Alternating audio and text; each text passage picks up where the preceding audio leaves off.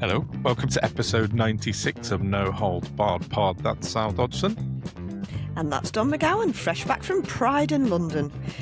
Yeah. Have you still got your watch? I have got my watch. So nobody... Oh, you didn't get mugged? Did you get stabbed not to once. death? No, didn't get co-opted into a Amazing. death cult. Nothing. Spent Incredible. 8 hours in Soho, pretty much, in the middle of Pride. And all I got was nice people and absolutely craziness, like playing volleyball with a beach ball in the middle of Old Compton Street.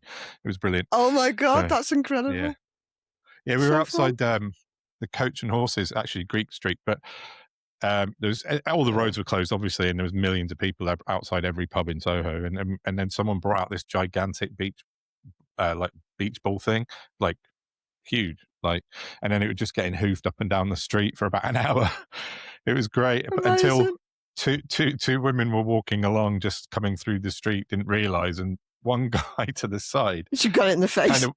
he went to smack the volleyball, missed it, hit his mate's beer out of his hand and straight into the face of this girl. So she got hit with a pint of beer and a beach volleyball. A beach ball, sorry. She took it in brilliant spirits, to be fair. She was like, oh, don't worry about it. So, but it was fun. I mean, I had an absolutely awesome time. We didn't even mean to go to Pride. We just arranged for these four friends' 50th birthdays. And I just forgot it was Pride, and we turned up and we were like, oh, yeah, that's why there's 2 million people in the streets, because it's Pride today. But it's a good job nothing tipped you off 2 weeks ago.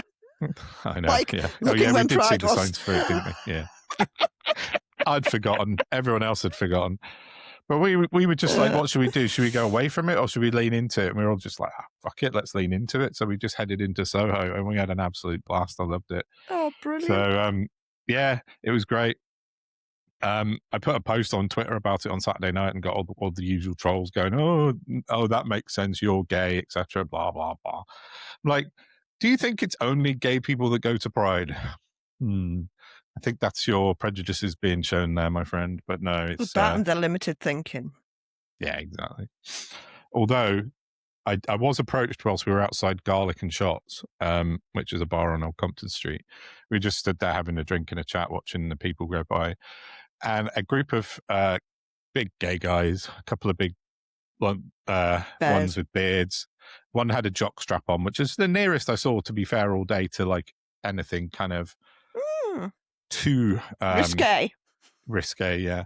And his t-shirt had meat on it, MEAT. Was he waxed? I didn't look that close, to be honest with you. But he had meat on his t-shirt, MEAT, and the guy came up to me, one of the other ones, he said, do you mind if I have a chat to you? I'm like, we're from this magazine. I was like, no, sure, whatever. He obviously thought I was gay. I'm like, I don't care, I'm not bothered. I'm not, but it doesn't bother me if people think I am. But he was a really nice guy, and they produced this magazine called MeatZine. So he said, do you mind if I interview you and take some photos while we chat? I'm like, no, whatever, mate. Where have you come from? What do you do? I said, oh yeah, I do a podcast called No Hold Barred Pod. And he's like, oh, that's cool. So basically, I'm in the next issue of MeatZine, which is a gay community magazine. So That's brilliant. I got a name check for the pod out. So I just hope you don't get as much backlash as Carl Cashman's been getting lately. What's that? Carl Cashman's a Lib Dem councillor from Liverpool who has been riding his piece in some gay magazine, and people do not like it. Oh, really? He's not gay. He's using Pride to promote himself, and he's a straight man.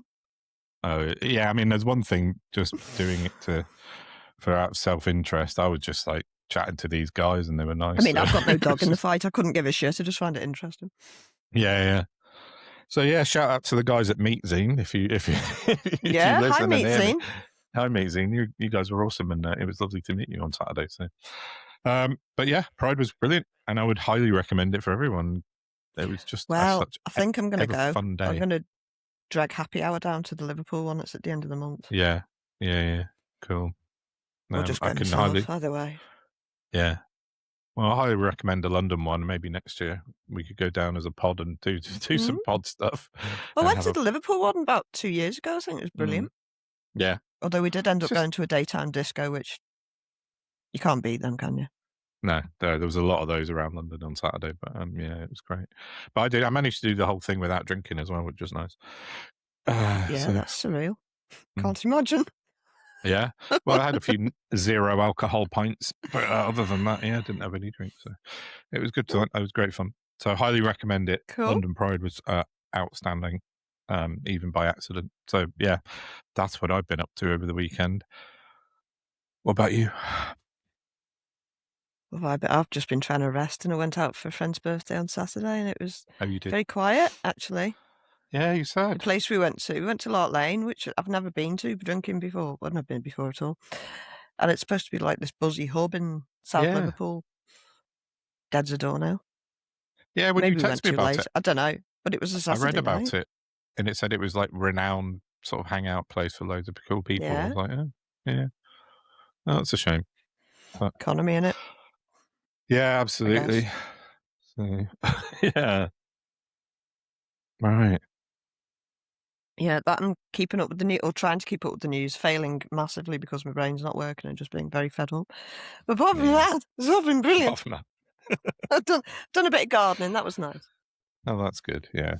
So, well, at least you've got the joys of the end of times of Nigel Farage to cheer you up, because that's got to be worth it. It has been on my radar, if I'm honest. Yeah. I've been having a little chat with one finance guy yesterday, I think it was, and yeah, I think we've got there, haven't we? I'm not going to, celebrate until it comes out, but I have been saying to my friends that I do think it'd be an awful opportunity missed if we didn't take the chance of going on a local pub crawl in the town where all the reformed councillors drink. Yeah, fair enough. Yeah, definitely. And work on the doors. Oh, do that? Well, yeah, that's yeah, it might be more of an issue. Because that sounds normal. Yeah. But shall we start off with reform then? Oh, you're all right. Yeah. No, I'm never all right though, am I? So it's just normal service. Smash your microphone. Yeah, it is warm today. Although we got a nice breeze here. Oh, I'm not doing weather chat today. Say that when Jim comes on. Yeah. Oh, yes, that's true. Yes, I'm going to roast him. We've got a couple of good, awesome guests lined up for the next couple of weeks. Jim Dale, climate scientist and meteorologist, has agreed to come on, which I'm really looking forward to. I guess so. And Dr. Louise Roy has agreed to come on as well. And that'd be awesome. To chat to Louise as well. So yeah, that's coming up soon.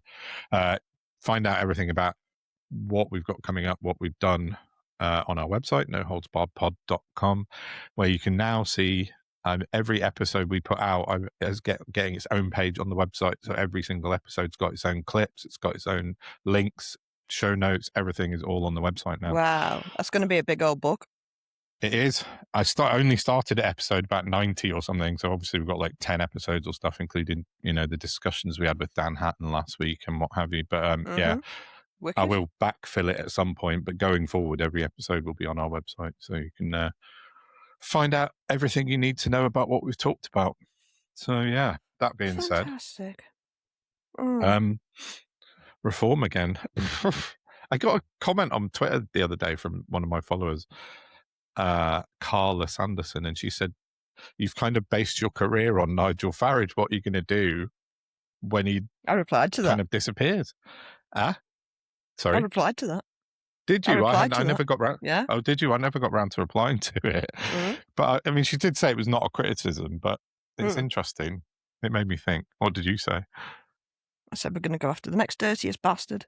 Yeah, well, that's fair. Yeah, that's what we're doing. Yeah, 100%. One down. And we're chopping heads off snakes. Yes. Political assassinators. No, that's not the right word, is it? Assassins. Assassinators. Assassinators. Yeah. For a minute, I was like, that's definitely the right word. I don't know why. Yeah, but yeah. Assassinators. I couldn't quite work out why it was wrong, but yeah, it's hot and I'm tired. Yeah. I mean, yeah, exactly that, isn't it? It's not like politics is going to suddenly turn into... We're never going to go out of business. Exactly. Politics isn't going to suddenly go, oh, look at us, we're we're amazing now. Everyone does everything they're supposed to. And everything above board. Never going to happen. So, as you say, a It's like being a permanent funeral job is, director. yeah, Future-proofed. exactly, permanent. So, yeah. But for the meantime, we've got to talk about reform, because I think I wrote this morning, I think this week We're not is what quite there yet, are we? Just very no, but I almost. think this week my spidey senses are tingling this week. I think it's going to be this week. Everything like reform have been up to, pitch rolling, doing media stuff, activating all their, Genric's been actually hilarious.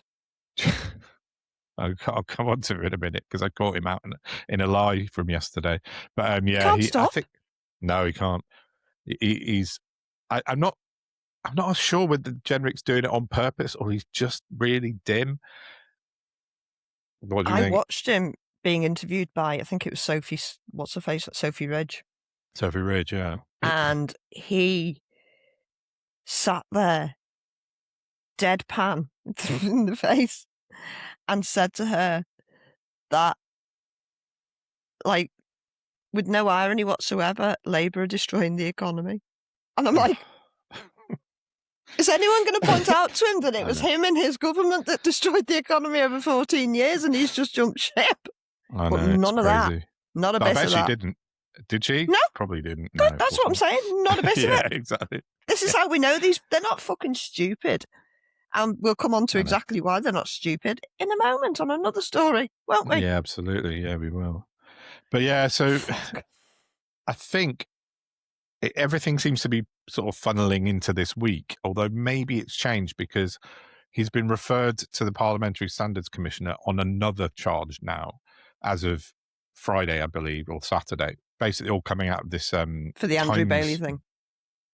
That's he's been referred to that already. So he's been right. Okay, let's do the timeline because it is confusing. Up until now, he's had 2 referrals to the commissioner, one for owning a fishing boat undeclared, one for missing his 17 donations. You got onto a year ago. Yeah. One for missing his 17 outside jobs that he declared, both of which have been completed. Then he was referred for the £5 million from Christopher Harborne. Now he's been referred again for lobbying to the Bank of England, and subsequently, as of Saturday, he's been referred again for accepting money from George Cottrell in the lead up to the election, a convicted criminal. So he's now, at this time of speaking on Monday the 6th of July, under 3 investigations by the Parliamentary Standards Commissioner right now. So, but hang on a moment. I mean, great. Delighted. Yeah. The Cottrell business, isn't that like one of the oldest everything we knew? It is. From like when we started doing the pod. And now they're looking at it just now. Piss off. Well, sorry, I wrote this. Not having that. I wrote this yesterday because the whole George Cottrell thing's been. Carol Cadwallader and Peter Jukes have been writing about George Cottrell and Nigel Farage going back to 2017. They started writing about it before Byline Times was even a thing.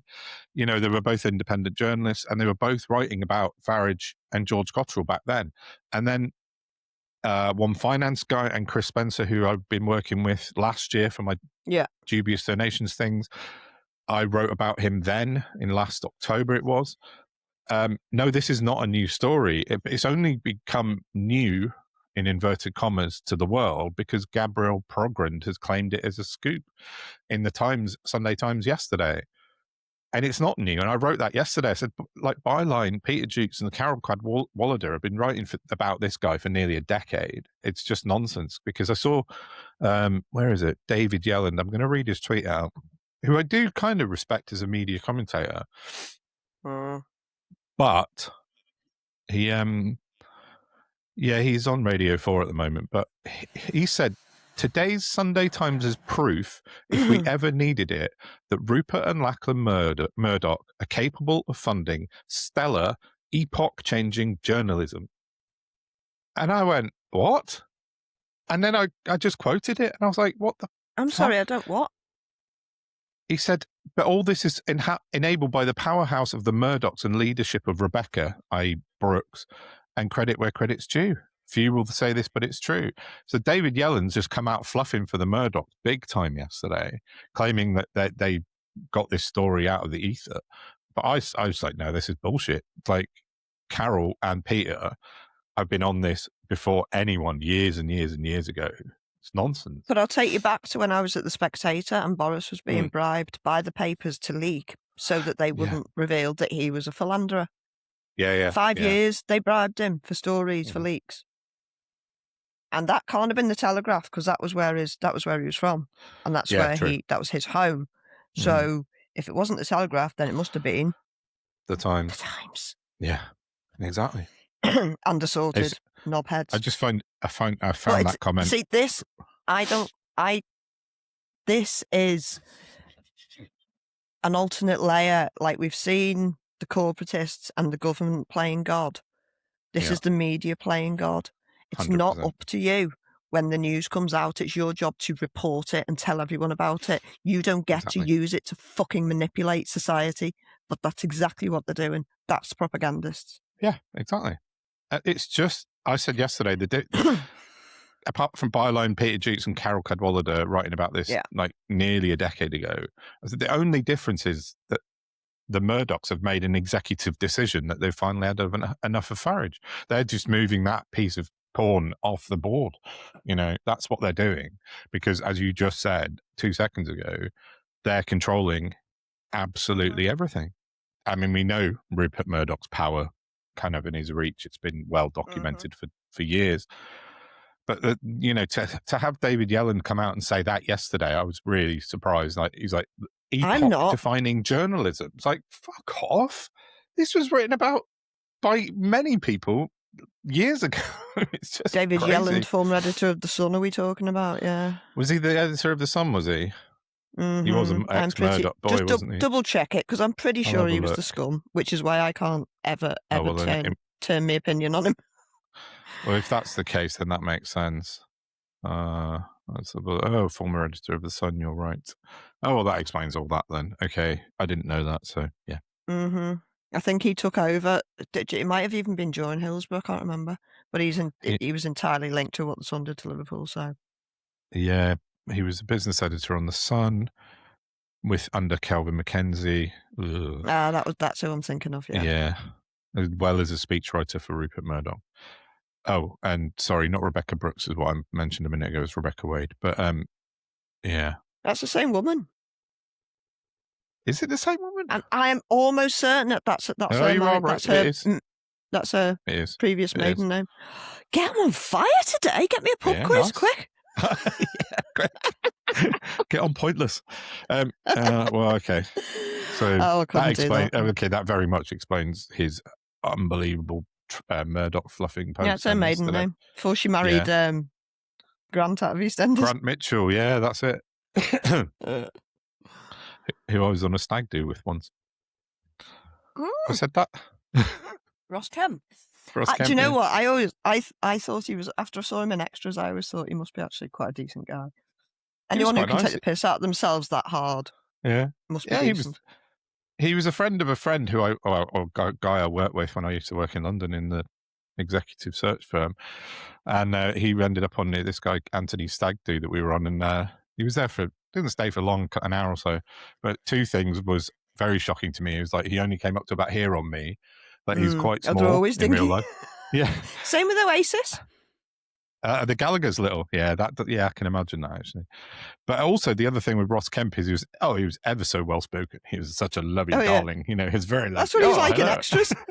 Oh, was he? That's his real life. Because Vinnie Jones came at him. The skit was him and Vinnie Jones were filming at Elstree or wherever. Yeah, studios. Yeah, and they were filming in different studios, and somebody told the other one that the other one was there, and it was back in like the 90s of Hardman era. Yeah, right. So Ross Kemp's pretending to be all hard when he's talking to Andy, who's Ricky Gervais's character. Yeah. And then Vinnie Jones comes in and Ross Kemp just shits himself. It was fucking hilarious. He's lovely. He Highly recommend that episode of Extras anyway. Oh, yeah, I've never watched that. Yeah, he was a lovely guy. What? What? That's going on your prescription. Put Extras. I mean, I've seen some of them and I've seen clips, but I never watched the whole thing start to finish, to be honest. I don't know why. Brilliant. Some of the Diana Rigg. I mean, some of the people in it. Bloody Bowie was in it, wasn't he? Yeah, he had so many big names in that, didn't he? He sang a song to Ricky Gervais, Little Fat Man. Oh, nice. Oh no, it was brilliant. I met It Ricky was within Gervais the as well in context of the London. story. Have I you? met Gervais years ago when he was an XFM before he became like superstar. We were just sat in the what's the bar underneath the theatre? I'll come to me in a minute. Me and my mate Anthony, we were out for a drink, and he was on the next table on his own. We ended up chatting to him, and he was all right.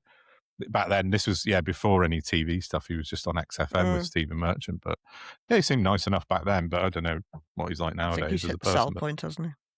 sorry, the I think Phoenix he's Bar. might That have was hit the where we were. hit the sell point. I think he did definitely hit the sell point. Yeah. So Mm.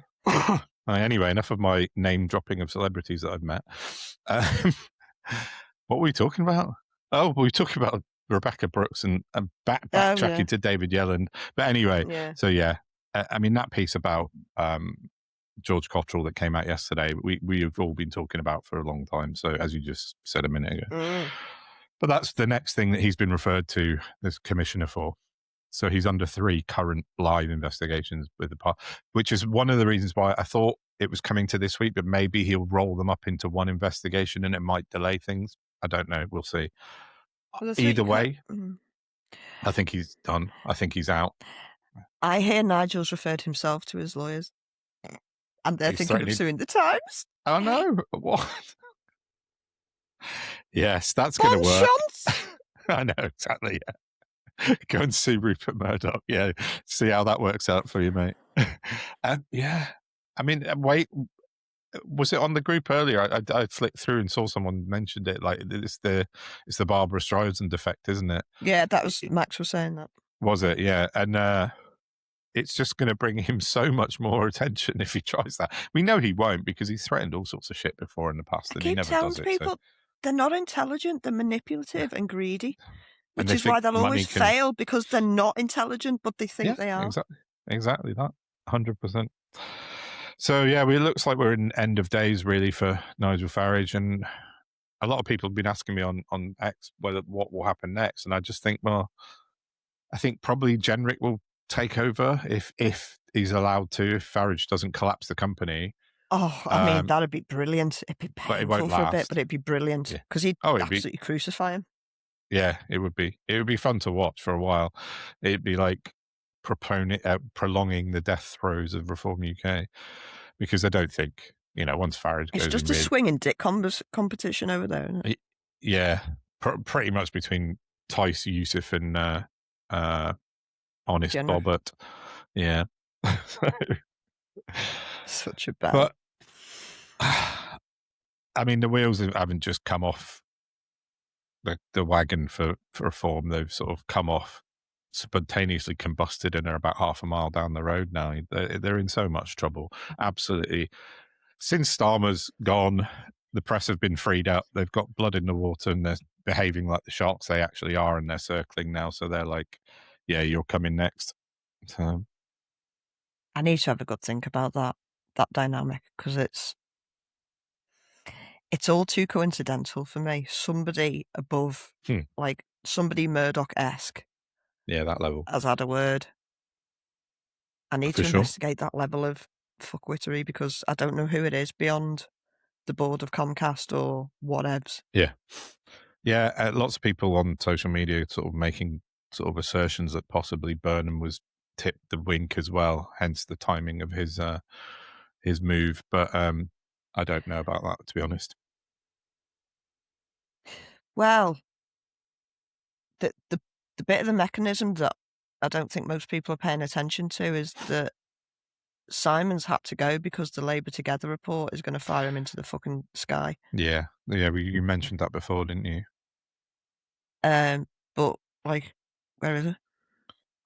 Yeah, true. Yeah, that is true. It's a question I'll write for myself for later. Yeah, that'd be an interesting one to see what happens on that, for sure.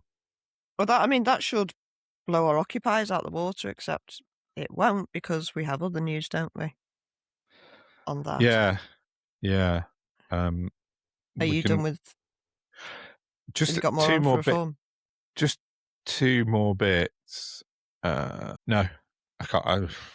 No, I think we've kind of covered everything. I mean, I just wrote a long thing on Sunday about the Nolan principles, which, if in case people don't know, it's a set of standards that all MPs and public office holders are supposed to adhere to in the UK. And it's worth just mentioning what they are, because there's 7 of them, and it's selflessness, integrity, objectivity, accountability, openness, honesty, and leadership. I think Nigel Farage may well be the very first MP that's never got to one of those. He just doesn't. You can't even. They are claim. pointless. Principles are no good for people who don't have principles. No. But I think even There Boris need to be Johnson could have laws. Boris Johnson could probably have got 1 out of 7, but Farage can't even sort of tick box one of them. So he's basically obliterated the Nolan principles, which has been on the slide for a long time, as you've just said. They need to be written in law rather than. We have to legislate for people to be honest now, because this is how far we've fallen. Exactly. So, but Farage is done. Finally, the media are cottoning on to what we've all been talking about for fucking ages. Follow the money. Well, no, they haven't cottoned on. It's politically prudent for them to bring it out now. Yes, okay. They be honest. That's right. No, we just said that a minute ago. The decision has been made that they are going to start reporting it. But I want to just mention one finance guy again, because he and I chat a lot behind the scenes, and the work that guy has done towards particularly the George Cottrell stuff and the Montenegro stuff is out of this world. Game in detail changer. He's done. Yeah, completely. And Carol Cadwallader gave him a heads up on Twitter the other day as well, because when she was saying, like, this guy's been at the front running of all of this stuff, and he really has. So yeah, hats off to him again, I want to say. And I'm happy to say that we are colleagues and friends with him, even though we don't know who the fuck he is. So you can still come on the pod. I was chatting to him yesterday, and it's so weird, because I'm like, I just think the world of him, and it's so weird to have feelings like that for somebody you've never met. You don't know what he looks like. It could be like a lesbian living in fucking Hawaii for all I know. Yeah, it could be an 88-year-old lady. Yeah, exactly. Yeah. We don't know. But it's just, I am, my gratitude cup overfloweth. Yeah, absolutely. I think he deserves absolutely all plaudits for this, and for this particular one as well. Yeah. So yeah, good effort, mate. Good effort. Right, yeah. And it's really sad that he feels so threatened that he has to do it like that. I get it, and I agree with him. Yeah, but I know, I get it. You shouldn't have to live like that. Yeah, absolutely. This shouldn't be like an actual fucking spy novel or a psyop. Yeah, but here we are. Yeah, but here we are. Yeah. Right, reform done. Okay, no, I wanted to bring your attention, or everyone's attention rather, to the fact that today it's come out that, well, the headline will tell you that Sky are buying ITV. The truth behind it is Comcast owns Sky, and Comcast are buying ITV streaming and media areas. They're not buying the production area. So the studios will still remain ITV per se, but everything else, or the decisions or the propaganda, and they've already got Robert What's-It over there, haven't they? So it doesn't really matter. They're already in on it. Robert who? Oh, Robert used to have Integrity, and now Peston. Oh, Peston, right? Yeah, of course. Yeah. yeah. So so they're already set up for it, I suppose. ITV, but as we mentioned a few episodes ago, Comcast have got unbelievable levels of investment in Israel. And that's not a coincidence. Yeah. Well, and so, like, what I want to know from you, Don. That's unusual. Where the fuck is the Monopolies Commission on this? Because it would appear to me like they've got far too much control of everything that we watch and listen to. Yeah, absolutely. I mean, I don't know about the Monopolies Commission. I think they sort of, I assume they still exist, but they don't really seem to do anything anymore. Because similarly to Comcast taking over, owning Sky and now ITV, like 3 Mobile and Vodafone merged earlier this year, which makes them like this behemoth of mobile companies. And you're like, surely that's against kind of like competition regulations or just general fairness overall. Do you know what I mean? But it's the same thing in this instance. So, the Sky Group own fucking everything pretty much outside the BBC and Channel 4, and now they own the most popular British terrestrial broadcast group as well. And I did read yesterday that ITV has said they'll still fulfill their public broadcasting part of their license, but it doesn't seem like are Comcast going to give a fuck about that? No, I don't think so. As you say, I mean, they own everything. Who do they own? They own Sky. They own DreamWorks. So they pronounce NBC in America is Comcast. What else do they own? They own loads of sports companies in America as well. But who owns HBO now? HBO, I can't remember actually. Because last time I watched John Disney? Oliver, which was a while back, because I haven't got access anymore. But I'm sure they were being bought out by somebody a few months ago. HBO is home box of Warner Brothers. So, which is being bought by which is owned by Paramount, who is fucking hell. I was already there. I didn't even know it. No, yeah. Jesus Christ. But Trump's mate, Larry Ellison, the Ellisons, yeah, and his son, they're all mental. Exactly. Yeah, it's just an odd monsters. Yeah, they are.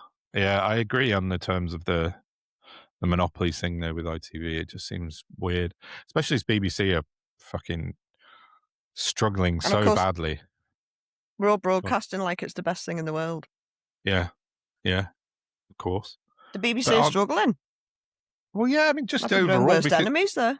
Well, that's it, exactly. I mean, they're the public service broadcaster, but they don't really serve the public anymore for what it's worth. I mean, there are lots of good things on the BBC, of course, but the license fee's outrageously expensive. I mean, I like the radio stuff and the podcasts and the dramas. Their politics and stuff they produce. Bollocks. Politics has been skewed the for a while now. Bollocks. Yeah, exactly. And I've noticed on social media they've started posting clickbait stuff as well now. The BBC News account. I saw that one. Was it last week? They did the rounds of these two people saying we've retired at 40 by eating packed lunches and nothing else. Like a Telegraph headline. And that was on the BBC News social media. And it turns out they did retire because her parents were multimillionaires and he was a part owner of a fucking £1 million business or whatever. So that's how they retired, not eating packed lunches. But anyway, sorry, I digress. But that kind of leads into a bit of like something that impacts us and our kind of little crew of political YouTube-y type social media people, because it looks like the government are leaning into pushing YouTube. People like Sky particularly up to the top of YouTube. Sky was mentioned more than once in all the reports I read.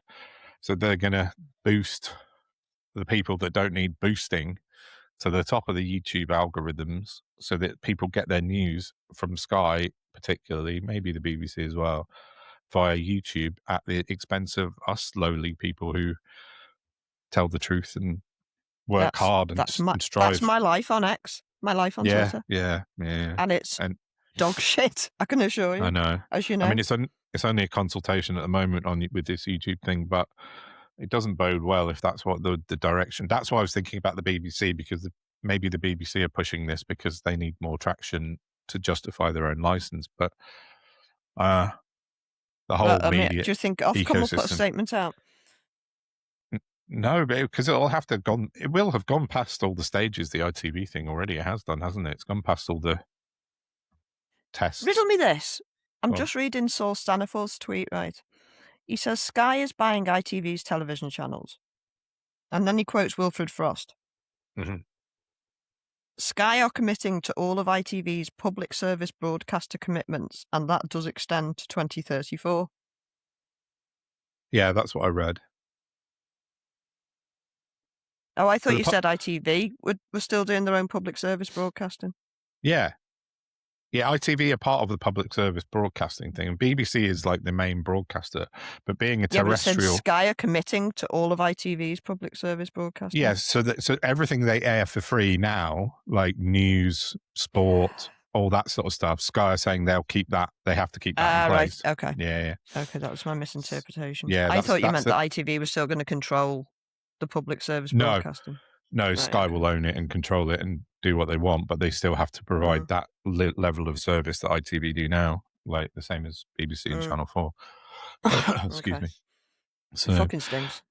it does, and we're just heading to a world where less than 10 companies will own the entire planet within about 20 years, I reckon. You can't Everything have will that. be owned I by mean, 10 it's already people. bad enough now Exactly. You know, with the all media Unilevers of will this be owned world by, and the Monsantos and and the Elon Musks and the Jeff Bezoses, and you know, it's just the world will be owned by like 10 people, and then we'll just fire up the rockets. get those rocket boosters warmed up and ready. So, yeah, so that's not great. And talking of weird American billionaire, I don't know. Anyway, people. Donald Trump's been has ruined the fucking World Cup. Oh well. Next. Shame about that. I know, but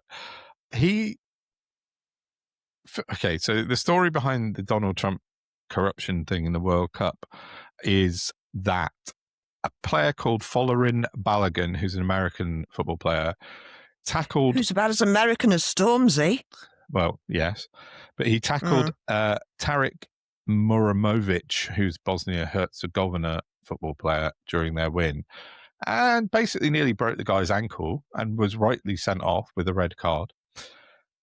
Turns out American social media went mad and said, because they just discovered, because obviously they don't know nothing about football, and they went, what? You mean he doesn't get to play in the next game? This is insane. Why is this? Blah, blah, blah. So social media over the weekend pressured Donald Trump into phoning the president of FIFA, Gianni Infantino, said, sort this out, ditch the red card, he's got to play. So that's exactly what happened. And Infantino overturned the red card. Well, what actually technically happened is he suspended the match ban for 12 months, which is nuts. So he can play tonight in the match against Belgium, and it's fucking corruption like I've never seen in football. And even Sepp Blatter, who was actually criminalized for being corrupt as a boss of FIFA, came out today and said, this is bullshit. So Sepp Blatter's telling you this is corrupt. I find it very interesting because sometimes when I'm discussing things with people and ideas, I like to bring football in as like an example of, like, you know, we've got no laws. The world is essentially lawless. Imagine if there were no rules in football and it was a free-for-all. Would everyone be happy with that? Yeah, would you exactly. not? No. So why is it okay in the outside world for it to be lawless? Do you know what I mean? But the same thing fucking applies here, doesn't it? It is. It's outrageous and it's wrong, but it's a fucking game, right? And I know there's money laid on for some people, it matters. But in the grand scheme of things, there's millions of people getting unnecessarily killed every year by these psychopaths. I know. And we're all getting really angry about a red card. Sorry, it's not the red card to piss on your chips, but it's the corruption. It's corruption out in the open, like so blatant that like I've never seen before.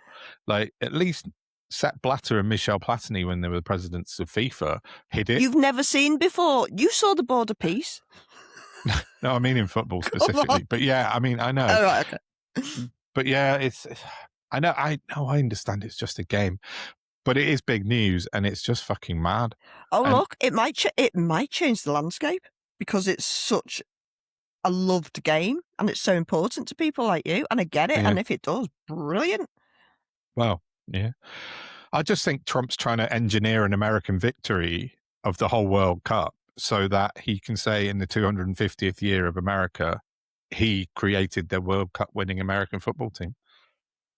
Well, do you know what? What I really want, and I don't want to come across all Mel B there, but what I really want is for an England-America final, and for England to either have to play really badly so that they lose. Yeah. Because, I mean, that might create World War III.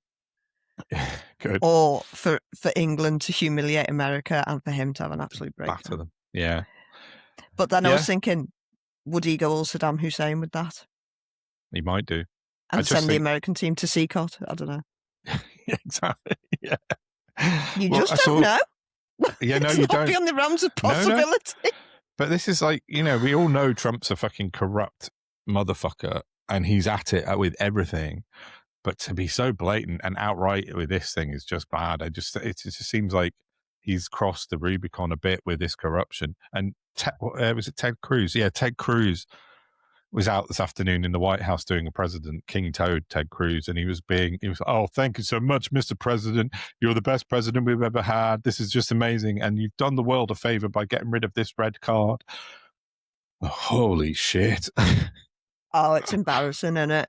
It really is. My God. I hope I live long enough to see this turn the other side. Yeah, it'd be nice. But then in the same press conference this afternoon, Trump then declared himself the world's number one at TikTok. He was trying to say TikTok, but he couldn't say TikTok. So he said he was the world's number one TikTok. So, you know. He's very minty. That's about as close as he'll get. I don't know about that. I've heard stories. No, minty. Sorry, minty in Liverpool means dirty and scummy and horrible. Oh, does minty. It? Yeah. Oh, okay. That's not as in the flavour.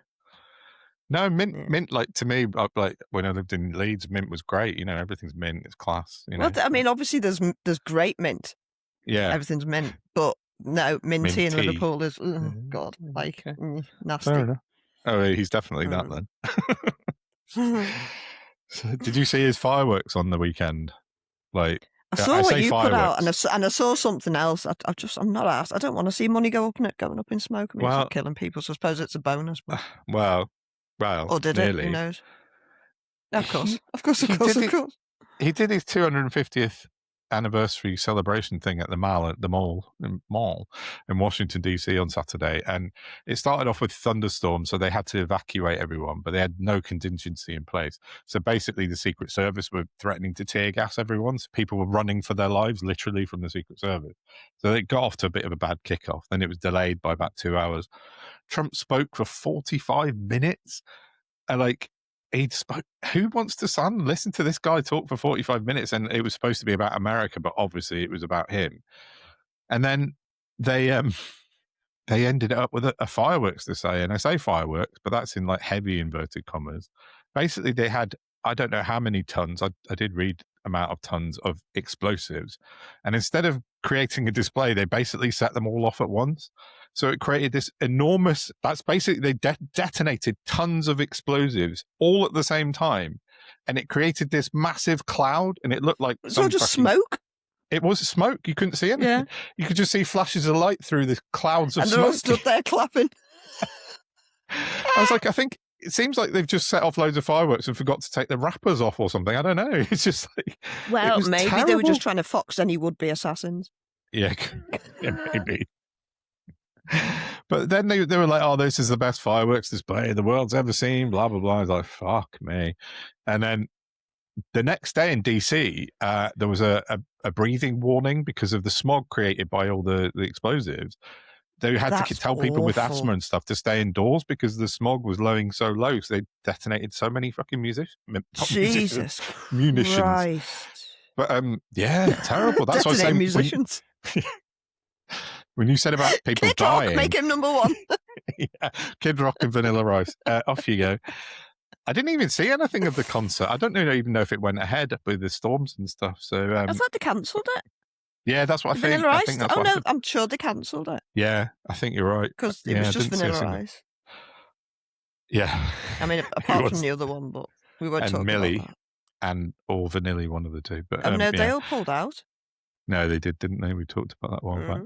But yeah, so I mean, it was just a nightmare, and the quarter century of America was sort of marked by this sweaty buffoon chatting nonsense, and then like a detonation of like 500 tons of explosives. It was like, yeah, so great. They supplied their own sort of terrorism, I suppose, didn't they? Yeah. It was terrible that they had to chaos. Yeah, they had to release a sort of severe air quality warning for DC the following day because it was, it's awful, isn't it? So yeah, there was that. That was it for America really over the weekend. What else? But on the upside, he will have turned a lot of people against him from the way they treated people. Because there was a bit at the when they were giving the weather warnings and they first decided to shut it down. Everyone was being like herded to wherever, and like a lot of people are arguing it wasn't going well. And next thing you just see this golf buggy because everyone's been made to walk for miles in the horrible weather, and they didn't know where they were going, and there was nowhere really for them to go. Yeah. And you just see this golf buggy of Miriam Adelson being ferried away from the National Fair. Oh, right. Who's that? In a big red dress that I could only assume signifies all the blood of the Palestinians she's had slaughtered. Oh. That Miriam Who's Adelson. she? Who is she? I don't know the name. She's Mrs. Israel. Mrs. Israel. Miriam Adelson. No, I don't know the Woman name who at had all. a husband who's donated hundreds of millions to fucking Trump. You do know her. I promise you do know her. I'm just Googling because she's literally the money woman of Israel. Israeli American physician, businesswoman, philanthropist. She's married to me. Oh, she's the one who's been funneling him all the cash before he became a billionaire. I genuinely didn't know who this person was. No, I'm just having a quick scan now. No, I didn't know. We've definitely talked about it before. I'm sure we have. Maybe, yeah. Okay, my brain's getting worse. But yeah. So she. No, but she was ferried away. I will have a read. Oh yeah. I've left the tab open. I'm amazed she was even there, to be honest, because it was such an embarrassment. But... Yeah. No, I think you're right though. I think I mean, obviously, it's like Farage, isn't it? Like he's got his diehards, but like the ones that are diehards will never leave. Oh, she's like his George Cottrell. Right, got you. Essentially, money woman with dodgy links. She's the cult leader type person. Fair enough. So, yeah, it was a bit of a disaster all over, really. So, corruption and corruption in the football, and it's all going very badly for him. Excellent. It is. Farage and Trump really struggling. Good stuff. I like it. I can't wait for him to die. You know, I'm just going to assume when he dies, everything goes back to normal, except that there's 20-year-olds walking around who don't know what normal is. That's very true. That's going to be the problem. Yeah. The kids these days, like, just hanging around with, like, leaving the house and talking to people younger than me. And you're just like, these kids have got no concept of, like, propriety or normality or, you know, and it's a different, dangerous world. It's not good for us. Yeah. It's just it is. The world has changed totally. And as you say, that sort of age demographic thing is an issue. We're going to have to retrain like 2 generations of people. Yeah. Just sit them in front of videos of, like, I don't know, the 90s and just watch this. This is fun. This is people enjoying themselves. And yes, there were knobheads in politics. There's always knobheads in politics, but they weren't murdering psychopaths as you... Well, they were. Just not in this country. Yeah, true. And so just without... supposed to piss on your chips. No, that's fair enough. That's very true. But we've got to be accurate. But also, they didn't have the internet, so we didn't know about quite as much of the stuff that they got up to. So. Yeah, we were living, ignorance is bliss and all that, innit? Yeah, a bit. But, yeah, anyway, that's it. I think. The only thing other thing I noted was that Labour have been exceptionally quiet this week. Starmer did an interview last week where he said that Burnham's going to have a bit of tough time if he thinks he can just be, localist rather than globalist with his politics. He has to be on the world stage as well as, just look at devolving the country. So I think he'd be better on the world stage than Starmer because at least he's got some fucking charisma. He might, but whether it be in our interests or not is another question entirely. Yeah.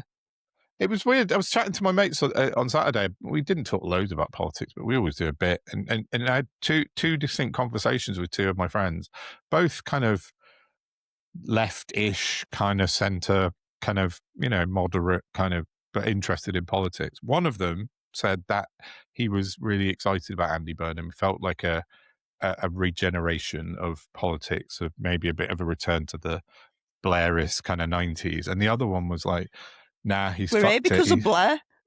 Yeah, but he just thought it was a sign of hope, a positive move. But the other one who said that more down my way of thinking is like if he doesn't sort the economy, the financial side is going to drag him back like it did everyone at Starmer and Sunak and whatever. Well, that's a really fucking tricky one though for me. Because when people say sort the economy, you're going to have to be more specific, because we're living in the 5th best economy on the fucking planet, but we're all really impoverished. So what do you mean by fix the economy? Okay, Because according to the people at the top, we're the 5th best country in the world. Our economy's going great. we're Only the such fastest and such growing, only in Canada Europe. have grown more than us, I heard the other day. Right, okay, so when's it going to start trickling fucking down? Because it never does. But we're never going to have that without a massive reset, are we? And that's the problem. Our country's not set up in that fashion, unfortunately, unless someone like Zach Polanski managed to get in and actually change things properly, structurally. Okay, so what do you mean by you want him to fix the economy? I'm not having a go. I just No, want to I don't want understand. him to fix the economy. I think he's going to be hamstrung by the fact that he can't fix the economy, is what we were both, Tim and I were saying, that he's got a one-time chance to raise taxes and make a difference in that respect. Raise taxes on the wealthy, raise taxes on what have you, wherever he wants to put them. But he's just said that he won't. And I think that's a big mistake, because I don't think he's got another way to raise the billions and billions he's going to need to do all the changes he's planning. So we were both in agreement there. But I mean, I like what he said. I said that to Nick, and I said, yeah, everything positive that he said is good. I just can't see how he gets over the hurdle of the economy. That's of the money. How can he make billions and billions of pounds within 6 months? I just How don't can see. he not in the 5th biggest economy? Well, because the money's all in the wrong place, isn't it? We know this. We talked about this all the time. The money doesn't go to where it's needed, and he's already talking about cutting welfare from disabled people and benefits, rather than taking it out of the top end where it should be coming out of. So that's the problem. And unless you're Zach Polanski or someone of that ilk that's going to come in and go, no, fuck that, we're going to reverse this and change it, switch it, and take the money from those guys and not you guys, then nothing changes in my eyes. I don't think he can move the dial, unfortunately, but we'll see. I don't know. Yeah. It was just interesting that two kind of Labour voters, friends of mine, both thought completely very opposite of Andy Burnham in the same sort of afternoon. So one very pro, one very uncertain, I'd say. I mean, to impress me, he's going to have to pull off the biggest fucking carnival time that he's conned the establishment into the job, and then he's going to be for the people. Well, but I saw he was being very normal again at the weekend, wasn't he? Russell Kane needs to be activated. He was at the rugby. Oh, was he? He was at the rugby. I don't know. It was rugby league. I think maybe what you said about the other day. It was Magic Weekend. Yeah, that's it. Yeah, and he was saying, "This is my home, my spiritual home. This is what I love." Being normal. It was built 2 years ago. Shut up. But yeah, it's a brand new stadium, Andy. What are you talking about? Yeah. Well, Russell Kane is going to be all over that shit, I'm sure. So he is. What time are you on? Oh, we're on an hour. Yeah, we should probably wrap we've up, been wanging on. I've got one more story to do. Oh yeah, sorry. Carry on. Go for it. Been rambling today. Okay. This is a story, but I'm going to introduce it with a very good tweet that it came with from Zachary Foster, who's _Zach Foster. Did you know that if you were a British journalist in 1945 and tried to interview a Holocaust survivor, you could have faced 14 years in prison for the crime of interviewing a genocide survivor? Just kidding. That's the policy today for genocide survivors of Gaza. And then Sarah Wilkinson tweeted an article from Zateo saying, under Starmer, any journalist who works with a source from Gaza or even approaches them for information could face 14 years in prison. And Starmer is rushing through legislation in Parliament that experts say threatens free speech, public interest journalism, and international humanitarian aid. They've done two things to alter the already standing legislation, and they've put this through. It's called the National Security in parentheses State Threats Bill, right? And it's intended to update existing national security legislation.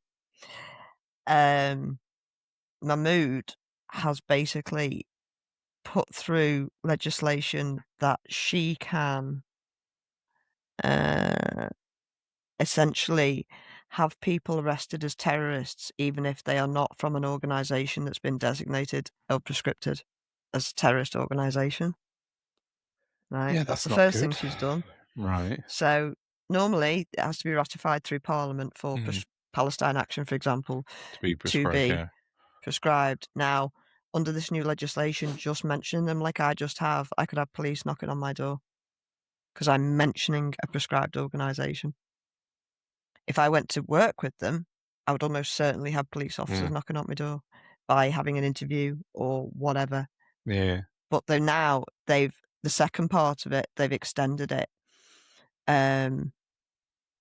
So yeah, the first gives the Home Secretary the power to designate foreign entities as being engaged in state threat activity to be treated as equivalent to prescribed terrorist groups. The power to designate would rest entirely with the Home Secretary, unlike the prescription of terrorist organisations, which must be ratified by Parliament. The second part of the bill criminalises collaboration with designated foreign power groups. This too is broadly phrased. The bill criminalises people or groups who support, assist, and obtain material benefits, including information from designated groups. It also criminalises any person who arranges or addresses a meeting that supports or furthers the activities of the designated group. Conviction under the offences would carry a prison sentence ranging from 10 to 14 years, matching punishment for existing terror offences. Yikes. As it is currently drafted, the bill offers limited scope for an accused person to claim a reasonable excuse defence.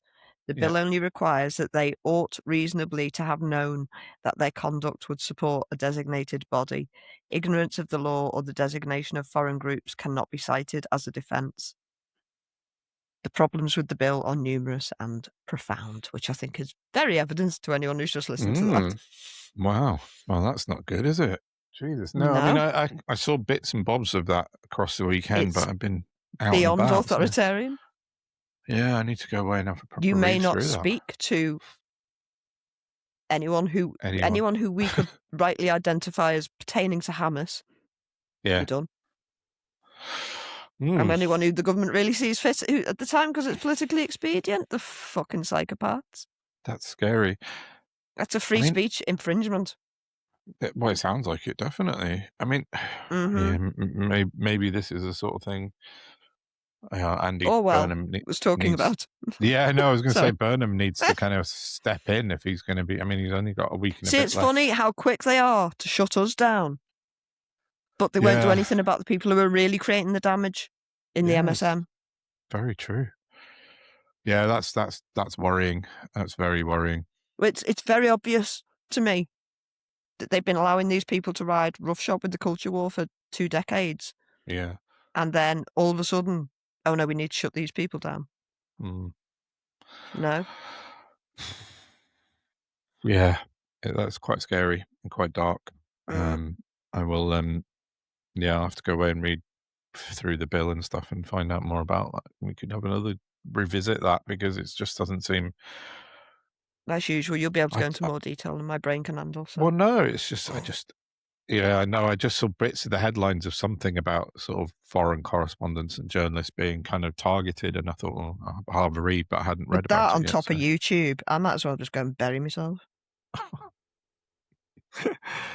No, we got to keep that on top of YouTube, on top of Twitter. Yeah. Got to keep pushing. All I can do is go and stand and shout out in public, so I'm just going to have to keep doing. A loud hailer, yeah. I need another speech. Yeah. Oh, yeah. Then the police will come and take me away. The public speaking circuit, for sure.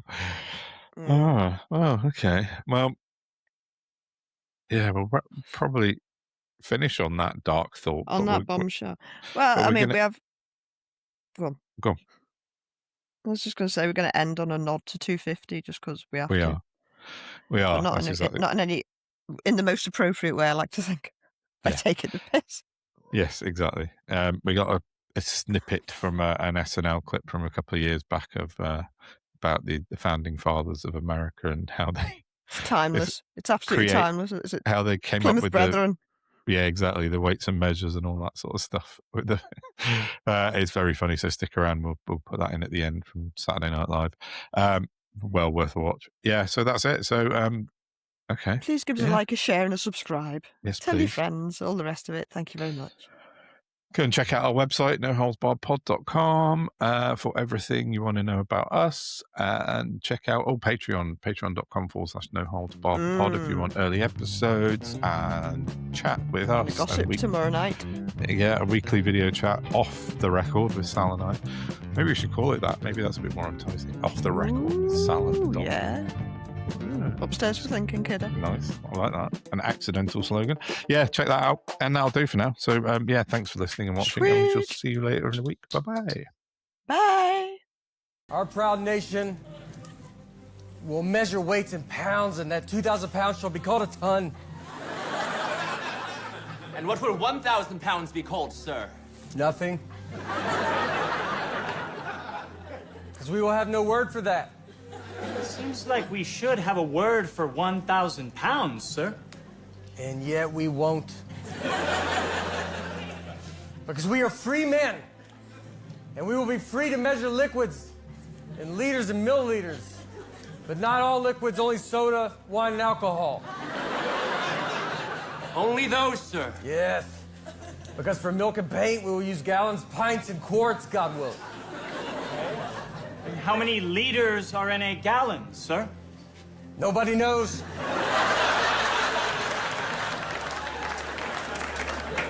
And, sir, in this new country, what plans are there for men of color such as I? Distance will be measured in inches, feet, yard, and mile. So 12 inches to a foot? 12 feet to a yard. If it were only so simple. 3 feet to a yard. And how many yards to a mile? Nobody knows. Okay, well, how many feet to a mile? 5,280, of course. It's a simple number that everyone will remember. Let's confess, it feels a little complicated, sir. Why not use meters and kilometers? We will, soldier. But only in certain unpopular sports like track and swimming. For popular sports like football, we will use yards. Football, sir? Yes. It's a sport where you throw a ball with your hands. So in football, there is no kicking? There's a little kicking.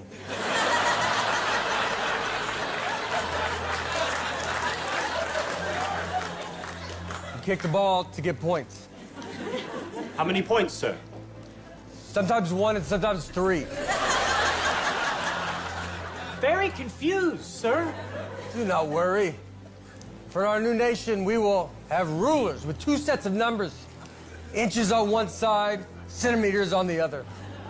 So we can see where they line up. Yes, except that they don't line up and they never will. Why? Liberty, son, liberty. And the slaves, sir, what of them? You asked about the temperature. I did not.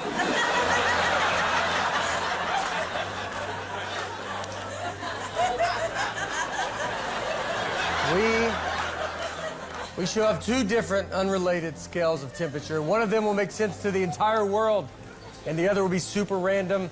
Our great nation will use the random one. What is the scale called, sir? Fahrenheit. Spell that for me. Impossible.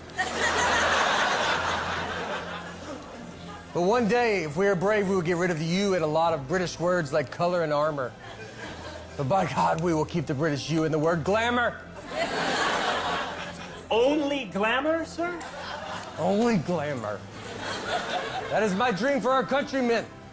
A melting pot of different measurements that will make Europeans throw little tantrums. In short, a land of liberty. Where all men are free.